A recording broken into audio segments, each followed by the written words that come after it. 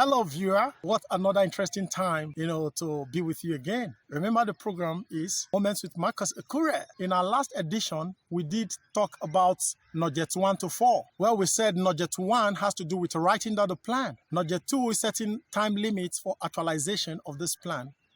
And Nugget number 3, we talked about mastering the plan. Why Nugget 4, where we stopped in our last broadcast, was developing specific skills for actualization of various contents of the plan. Now, in this edition, we'll be talking on 2 more nuggets. Now, the number 5 nuggets has to do with identifying your Achilles heels. What is Achilles heels in this context?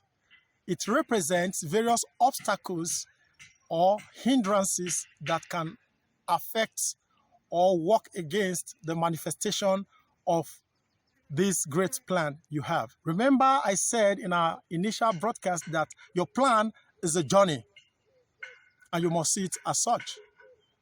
Now, on this journey, the Achilles heels are those obstacles that can hinder your effective fulfillment of the various contents of your plan. One of such Achilles heels is sleep. That's time management.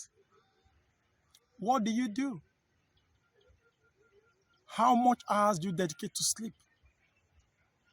A great man once said that if a man sleeps for 8 hours daily and he lives for 60 years, that the man would have spent a total of 20 years sleeping his life. So imagine. And for me, there are various forms of sleep. Different persons have different ways of sleeping. Today, you have some persons who can tell you series of movies, who can tell you various editions of various episodes of movies and all that. They spend a whole lot of their time watching films. Thank God we now have technological advancement by way of the mobile phones. And with their phones today, a lot of people, we have Netflix, they can do a whole lot of things. You have sleep in Naira bed, sleep, different kind of sleeps. So what do you really do with your time? Because this can actually affect the time you dedicate for the actualization of the contents of your plan. How much sleep do you give to yourself? Now, it's good to rest, yes. But what about watching of movies? So imagine a man who lives for 60 years, spending 20 years to sleep. And some persons spend as much as 40 years sleeping alone. So the sleep, time management is very important. So it's a great Achilles heel that must be leveled.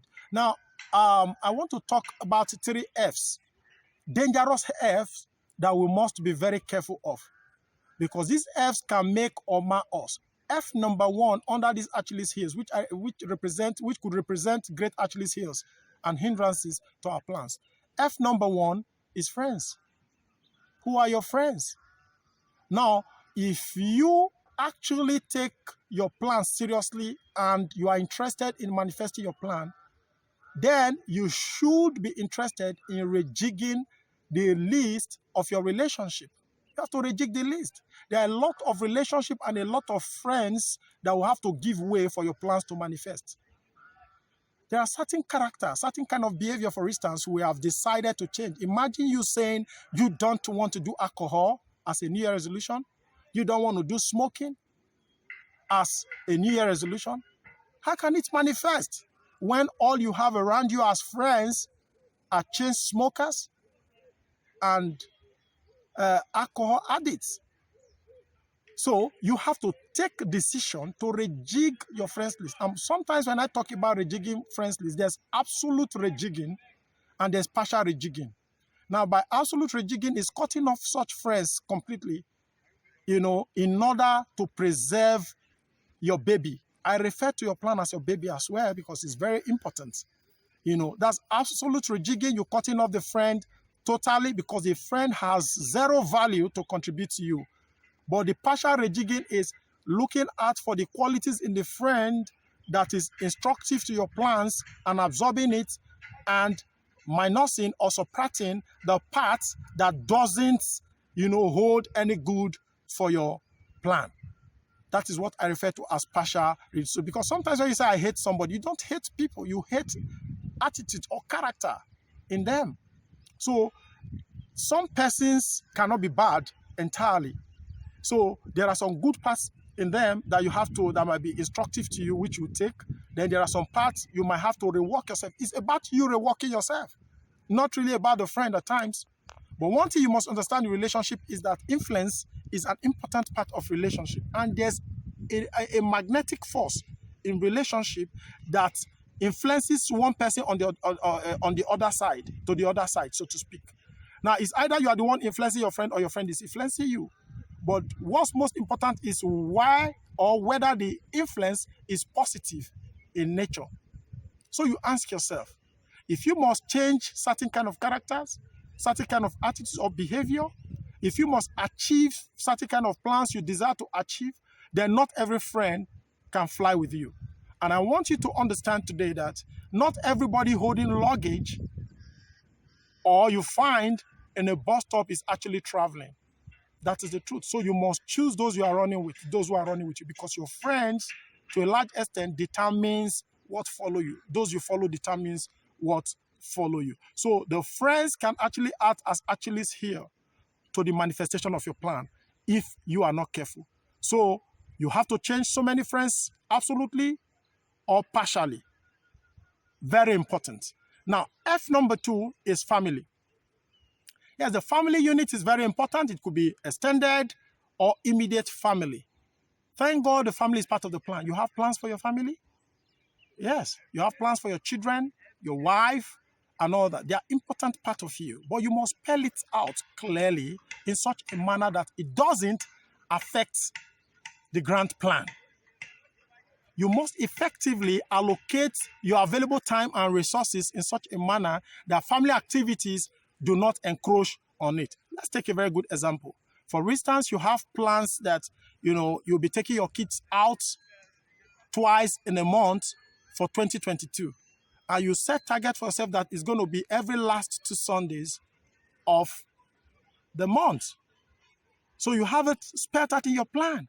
So if you have a kid that is so activity filled, a kid who always wants to go out, a kid who wants to, enjoy, who likes outing, who comes to you every day, Daddy, when are we going out? Daddy, take me to ShopRite. Daddy, take me to this, do that.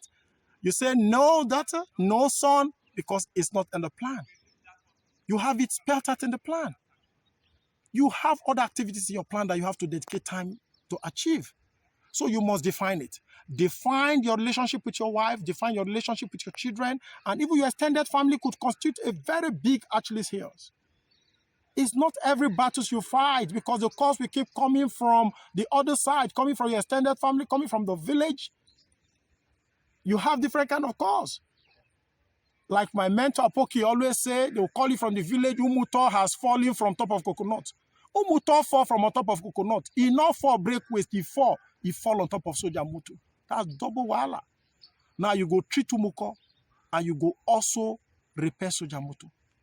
So when the calls that keep coming are more of negative calls of fighting, coming to fight and all that, the question you ask yourself is, how many fights will you fight? So you have to choose your fight, not every fight, because if you don't choose your fight, you might end up fighting for the rest of your life. So both the immediate family, the extended family could constitute a great deal of Achilles heels if not properly managed. Then the second F we'll be talking about is fellowship. That's the third F, fellowship. By fellowship, it could mean activities in church, activities in social organizations, clubs, and other organizations, both formal and informal, you belong. How much of your time do you spend in all these things? And how many of your time do you allocate to your plan? I have this strong resentment for churches who do programs Monday, Tuesday, Friday, all through the week. And you ask yourself, what time would the members have for self-development? What time would the members have to pursue their plans? What time? Activity is not productivity. We must understand the thin line. God does not bless activities. He blesses productivity. That's why the Bible made it very clear that I shall bless the fruit of your labor. It's only a man that has a labor that can boast of a fruit. And fruit has to do with productivity. So we must be careful of activities. Let's not end up our year having activities-filled life and zero productivity. That's not proper. Now, some of us do not have reasons to be in every gathering. There are some persons that is hardly you find any occasion or any ceremony anywhere without finding them. They must be there. You are not a master of ceremony. You are not an event planner. You don't have business being in all ceremonies. Whether they are invited or not, you must find them somewhere. Activity is not productivity. So you must choose your time. You must choose your activity for you to actualize your great plan. So the fellowship can constitute a very big Achilles heels if care is not taken. Then finally, we'll be looking at coach. Finding a coach for your plan. Finding a coach or a mentor for your plan. It is very, very important that now that you have a plan, you need a force. You need something to push you. Because behind every worthwhile accomplishment, there is a force responsible. Yes. Lord Hart said that ability is what you are capable of doing, but motivation determines what you do. So there must be a force of motivation to push you towards actualizing the contents of your plan.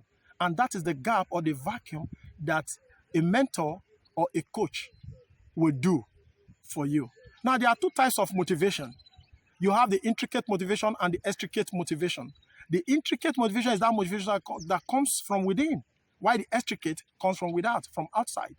Now, some persons have so developed their mind, they've developed themselves in such a manner that they are able to stand to resist every forms of distractions and stay focused on their plans at each point in time. But for some, or for many, it is not like that. They require the external motivation because they are so weak in the intricate motivation.